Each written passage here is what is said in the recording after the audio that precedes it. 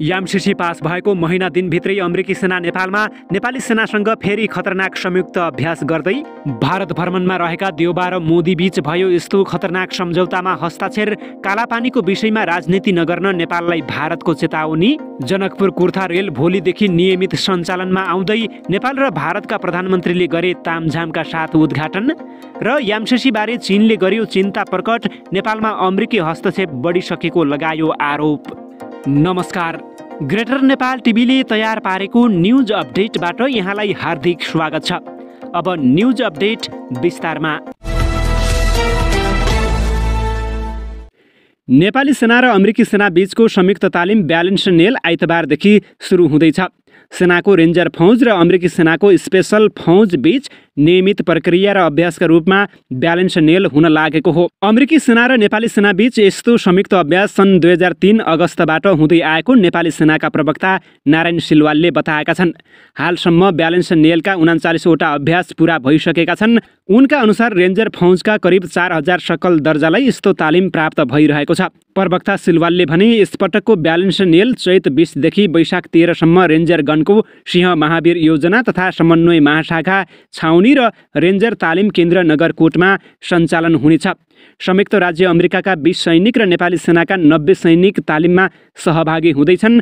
तालिममा द्वन्द्वका समयमा मानव अधिकार एवं कानुनको परिपालना, जङ्गल वायरफेयर र सैनिक ट्याक्टिक्स लगायत अरू विषयमा समेत व्यावहारिक अभ्यास र ज्ञान दिइनेछ। यस्ता तालिमबाट नेपाली सेनाको क्षमता अभिवृद्धि गर्न सहयोग पुग्ने बताइएको छ। परराष्ट्र मन्त्रालय र रक्षा मन्त्रालयको समन्वय र स्वीकृतिमा सञ्चालन भएको उक्त तालिम फिल्ड टेबल र कक्षा कोठामा सञ्चालन हुनेछ।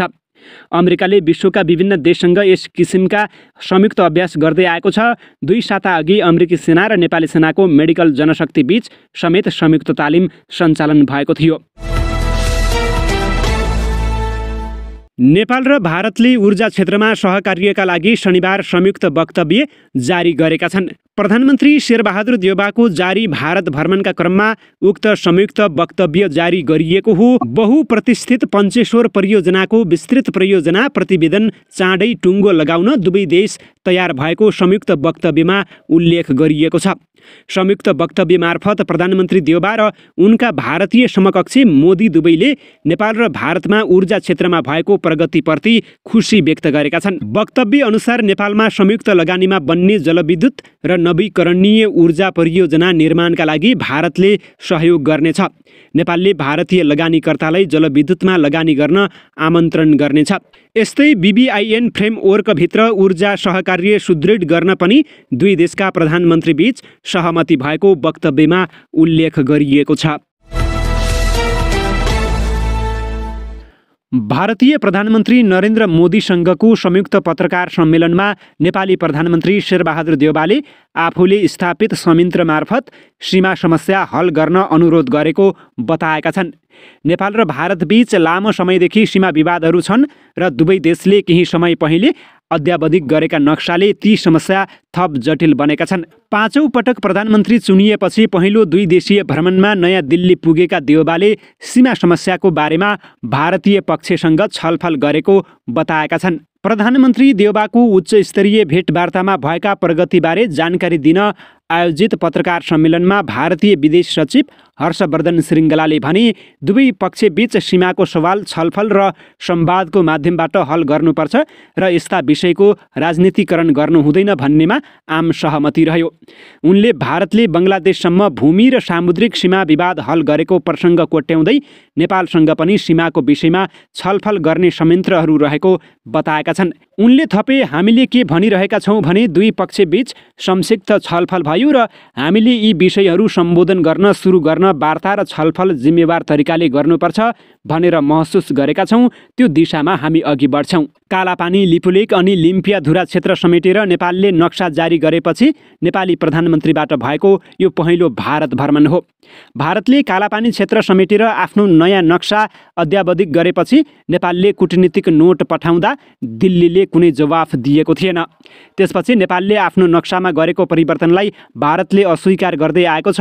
आफ्ना समकक्षी मोदीसँग भेट्नु अघि देउबालाई भारतीय विदेश मन्त्री एस जयशंकर र भारतीय सुरक्षा सल्लाहकार अजित डोभालले भेटेका थिए।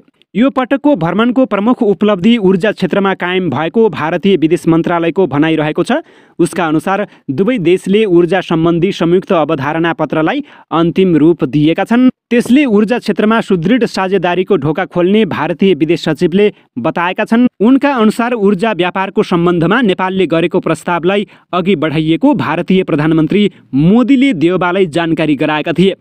यसबाट नेपालले भारतलाई गर्ने विद्युत निर्यात उल्लेख्य रूपमा वृद्धि हुने र त्यसले नेपालको अर्थतन्त्रमा योगदान पुर्याउने जानकारी पनि दिएका छन्। नेपाल र भारतले सहमति गरेको अवधारणा पत्रमा संयुक्त रूपमा ऊर्जा विकासमा दुई देशले सहकार्य गर्ने, अन्तर्देशीय प्रसारण लाइनको विस्तार गर्ने, दुवैतर्फ आपसी लाभ, बजारको माग र घरेलु कानुन अनुसार विद्युत व्यापार गर्ने, समन्वयात्मक रूपमा राष्ट्रिय ग्रिड सञ्चालन गर्ने र प्रविधि र अपरेसन सहितका क्षेत्रमा सहकार्य गर्ने भनिएको छ।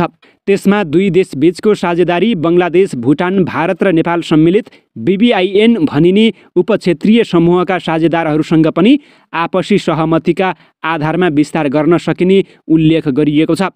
नवीकरणीय ऊर्जाको उत्पादन, त्यसमा पनि मूल रूपमा जलविद्युत दुवै देशको ऊर्जा साझेदारीको केन्द्रबिन्दु हुने भनिएको छ।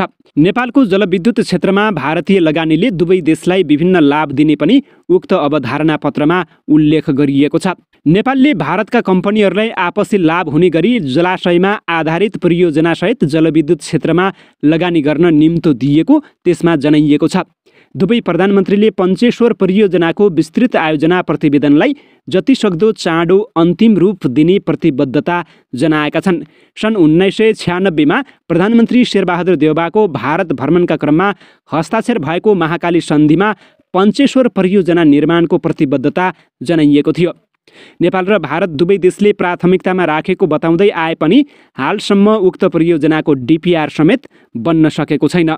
प्रधानमन्त्री देउबाले भारतसँगको सम्बन्धलाई नेपालले उच्च महत्त्व दिएको प्रधानमन्त्री मोदीसँगको भेटमा जानकारी गराएका थिए। दुवै पक्षबीच भएका सहमति अन्तर्गत भारतको डिजिटल रुपे कार्ड नेपालमा प्रयोगमा आउनेछ र त्यसले पर्यटन सहितका क्षेत्रमा लाभ दिने अधिकारीहरूले बताएका छन्। दुवै पक्षबीच हस्ताक्षर भएको सम्झौता अनुसार पेट्रोलियम पदार्थको आपूर्तिको समयसीमा 5 वर्षले नवीकरण भएको छ। अर्को सम्झौताले नेपाल आयल निगम र भारतीय आयल कर्पोरेसन बीच प्राविधिक साझेदारी आदान प्रदान गर्ने प्रतिबद्धता जनाएको छ। रेलवे क्षेत्रमा प्राविधिक सहकार्य गर्ने समझदारी पत्र र अन्तर्राष्ट्रिय सोलर र एलायन्स फ्रेमवर्कमा नेपाल आबद्ध हुने सम्झौतामा नेपालले हस्ताक्षर गरेको छ। कुर्था जनकपुर जयनगर रेलवेको उद्घाटन गरिएको छ। भारत भ्रमणमा रहेका नेपालका प्रधानमन्त्री शेरबहादुर देउबा र भारतीय समकक्षी नरेन्द्र मोदीले नयाँ दिल्लीबाट भर्चुअल रूपमा रेलवेको उद्घाटन गरेका हुन्। गत फागुन 1 देखि उक्त रेल बिना यात्रु गुड्दै ड्राई रन हुँदै आएको थियो। उद्घाटन भएसँगै अब आइतबारदेखि सर्वसाधारणले रेल चढ्न पाउनेछन्।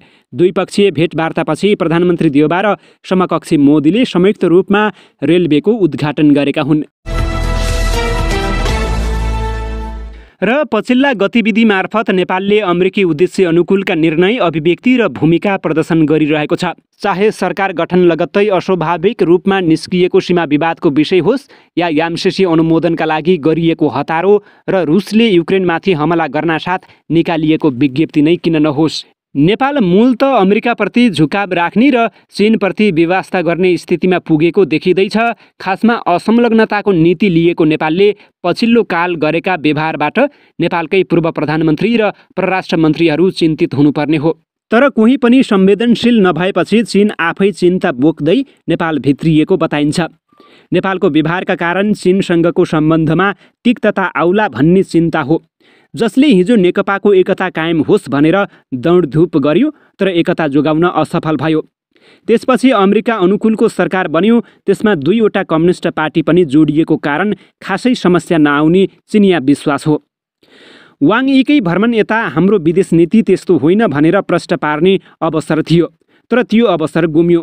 एक चीन नीति भन्ने तर तिब्बती शरणार्थी सल बोलाउने र अमेरिकाको रणनीतिक नीतिमा जाने कुराले नेपालप्रतिको विश्वसनीयतामा शङ्का उब्जिएको बताइन्छ।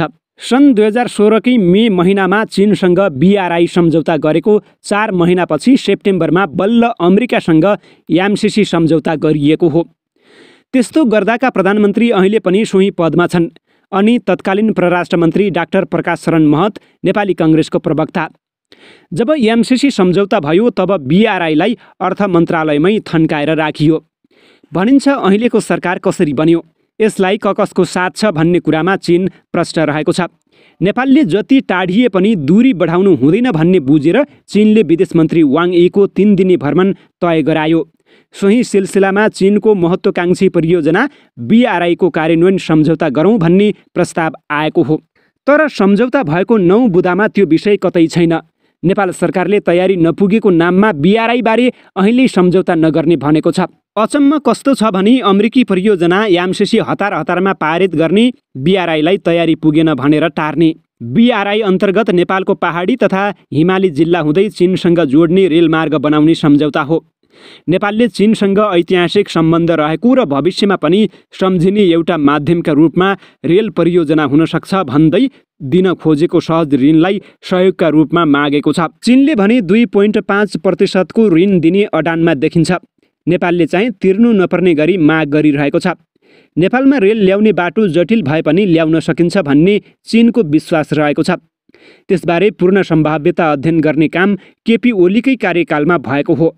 कहाँ कहाँ सुरुङ मार्ग बनाउने भन्ने पनि त्यति बेला तय भएको थियो।